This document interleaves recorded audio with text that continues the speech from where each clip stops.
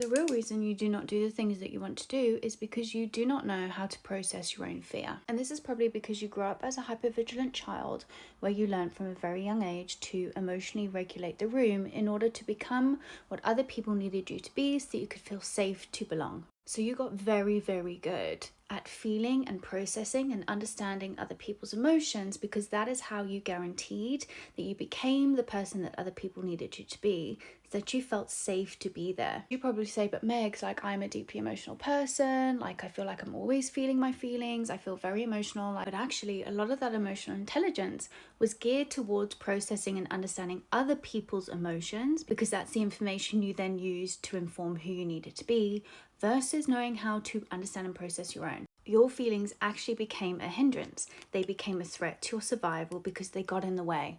Your safety wasn't about what you needed. It was about what other people needed from you, so you could deliver on that.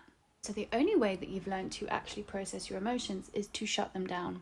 It is to critique them. It is to shame yourself.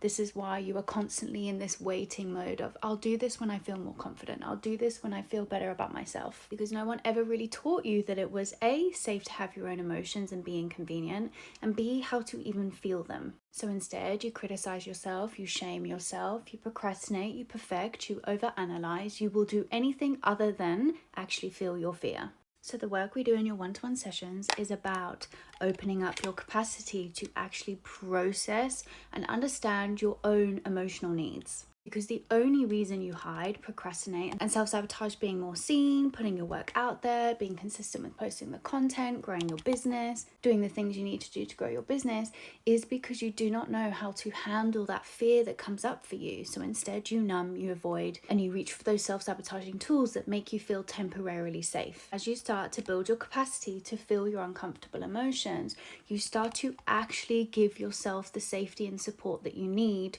that builds your confidence to take action. It's how you stop breathing life into that old narrative that says there is something wrong with you, you are not enough, and that you are not safe to be here. You are not broken or lazy. You just do not know how to process your own fear. If this resonates, hi, my name is Meg, and I help ambitious content creators and entrepreneurs like yourself get out of your own way so that being seen trying and growing your business and your platform feels fun, easy, and achievable. So if that sounds like you, make sure that you're following me.